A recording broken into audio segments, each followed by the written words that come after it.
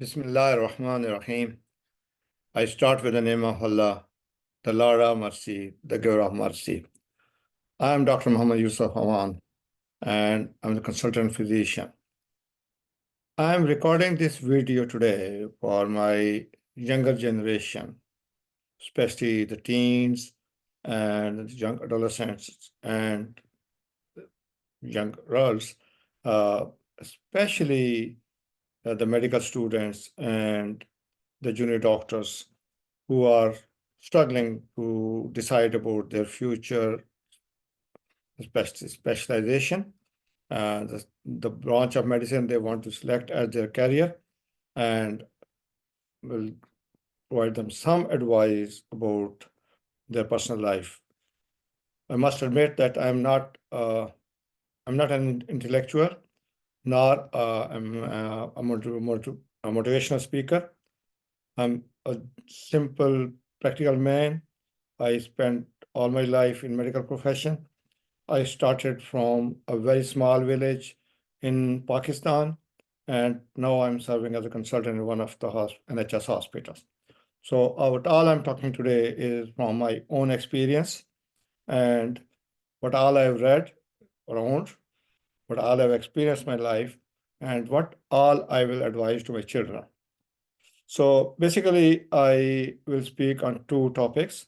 One is about your career selection, and the second is about happiness in your life.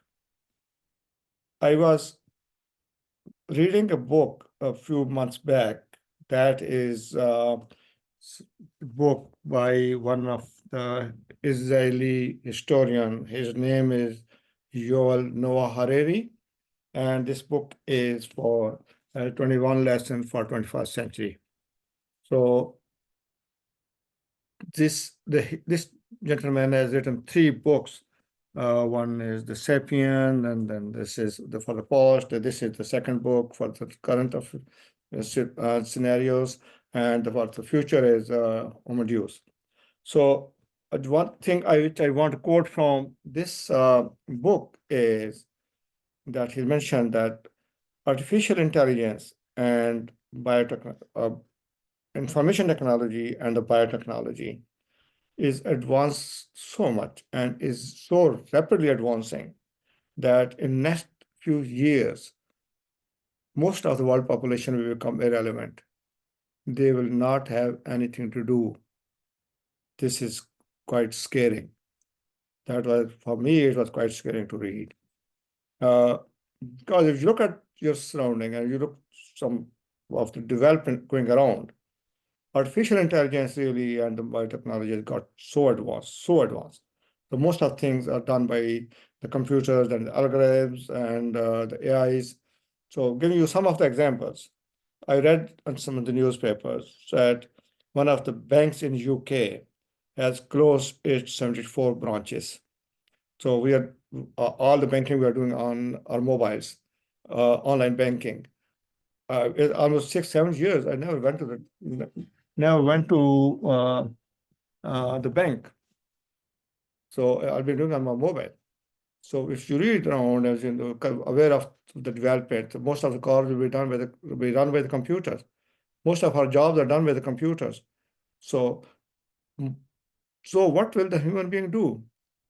If you go to any grocery store, the Asda, the Tesco, so when you see that there have been 12 tellers, and there's now just one.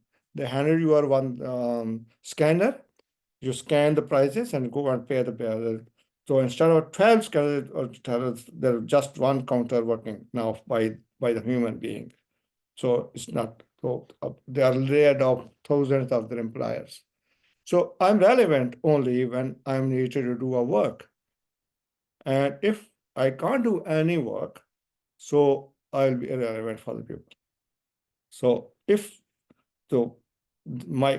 my relevance is about my competency to do the work for somebody. So then another book which I really want to quote is this the Deep Medicine.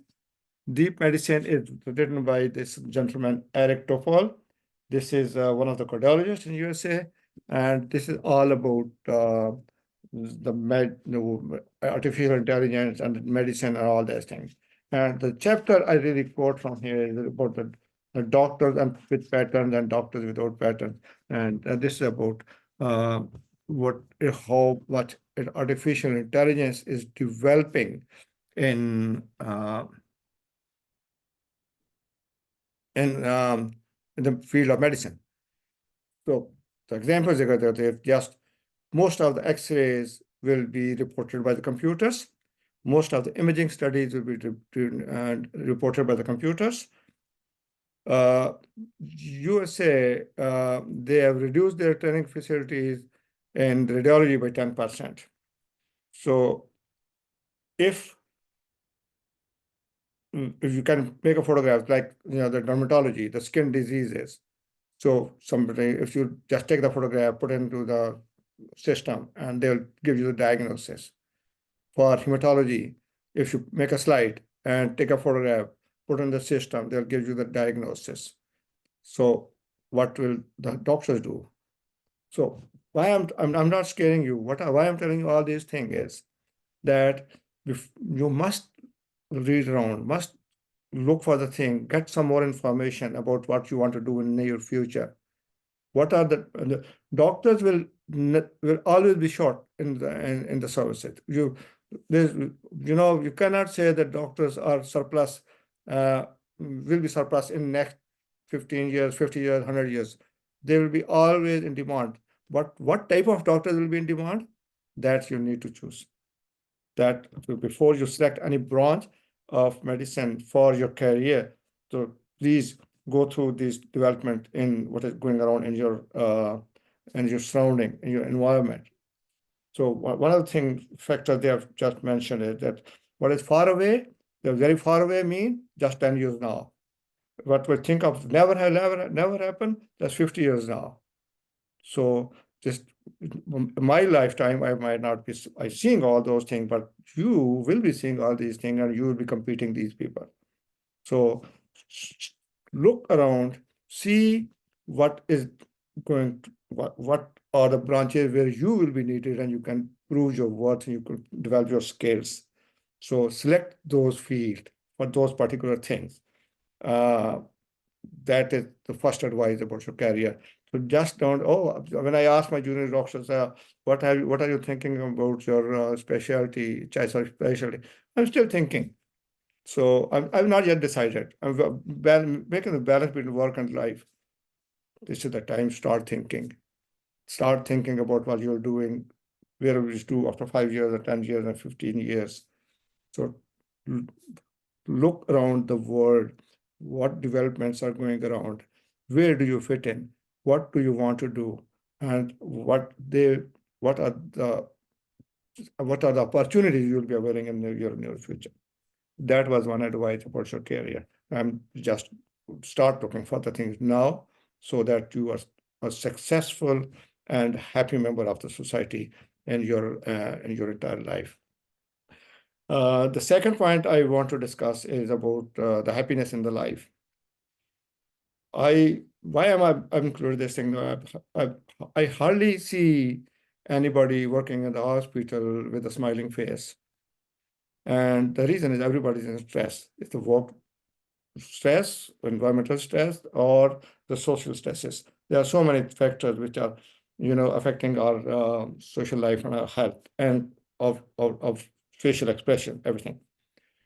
So I read an article in Reader Digest about 35 years back. The Reader Digest is a non-medical journal. And this article was by one of the professor in Harvard Business School. So the topic of that article was happiness in your life. So he had mentioned three things which really keep you happy or make you happy. The one is choice of your career. So if you are happy in your career, so that's why the first part of my talk was that if you think that this career will make you happy and you'll be struggling, you need to research, need to look into that, which is really according to your personality type, and you will make you happy and you will be successful in that particular field. You don't have to leave that profession after a few years. So, oh, I don't like this profession. So, not that. So, that career will make you happy. And you are happily going to your job, you do your job, spend a good day, and come back. And that with this sense of achievement, sense of happiness. The second part was really surprising for me, but I thought that's not really unimportant. So that was staying out of the prison, so staying out of the jail. So it's quite unusual thing, but you don't have to do a crime to go to the jail. So, any accident can happen and you go to the jail. So recently I read about uh, the scandal about the postmaster, with computer issues, and so many people have to lose their job and they had to go to the prison not paying for the money the government demanded for just a fault of one of the computer software. So it's not necessary so that you do something wrong and only then you'll go to the jail. Staying out of the jail, this is your luck. So probably that is again a source of happiness that I'm out of the jail. I'm happy with that. But going to the jail is really not a thing. Somebody will like it. Third thing, which really I want to stress upon is, so which he mentioned, and I totally agree with that. The third thing will keep you happy and will is the source of happiness for you is your family.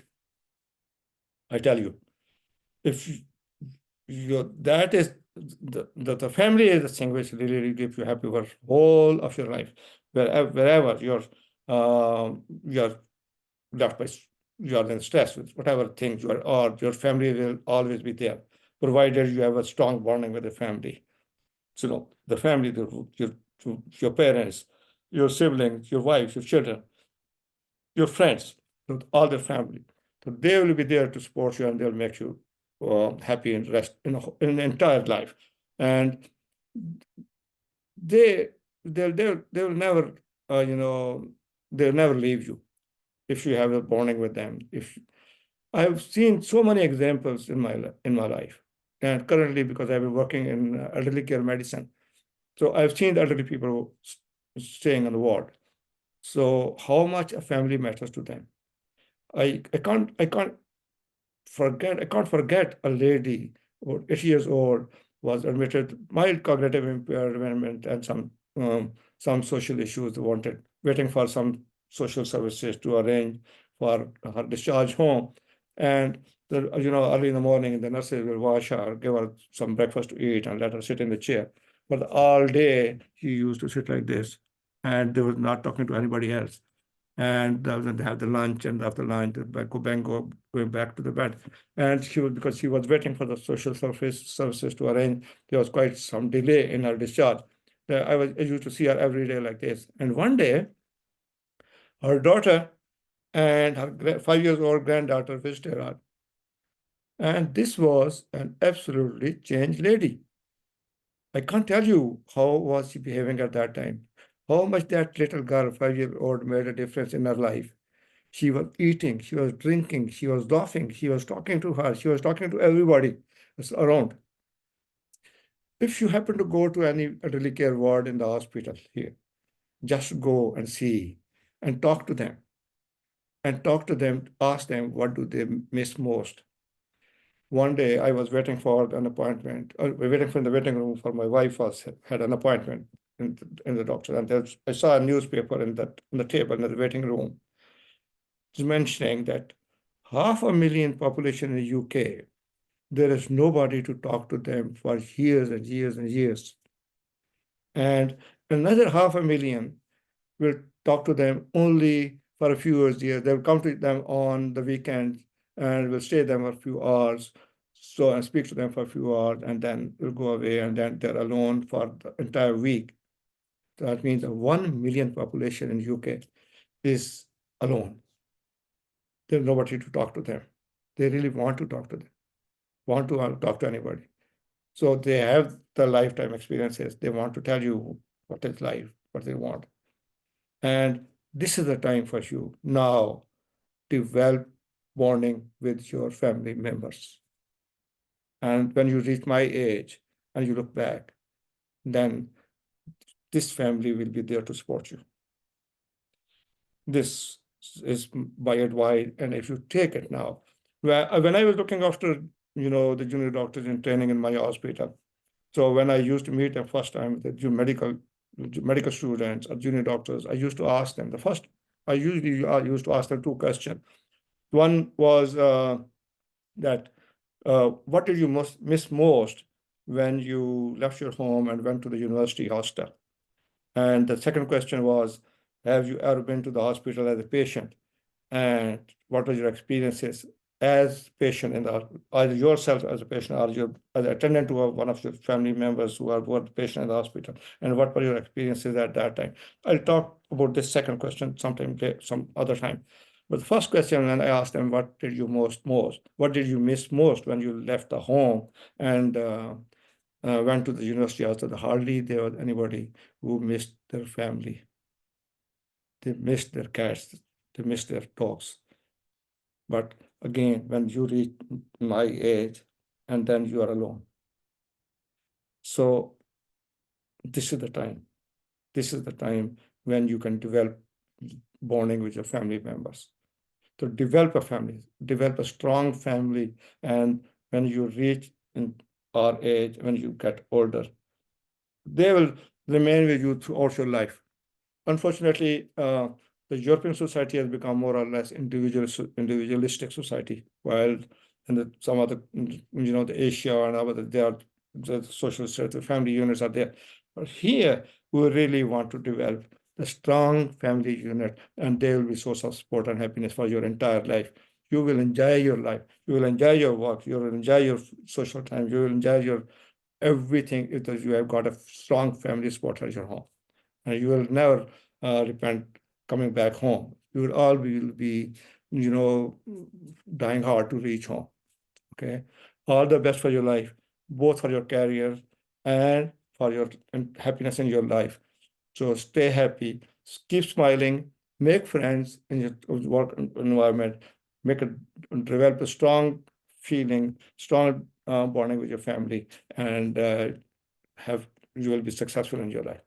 Good luck. Take care. Thank you. Thanks so much.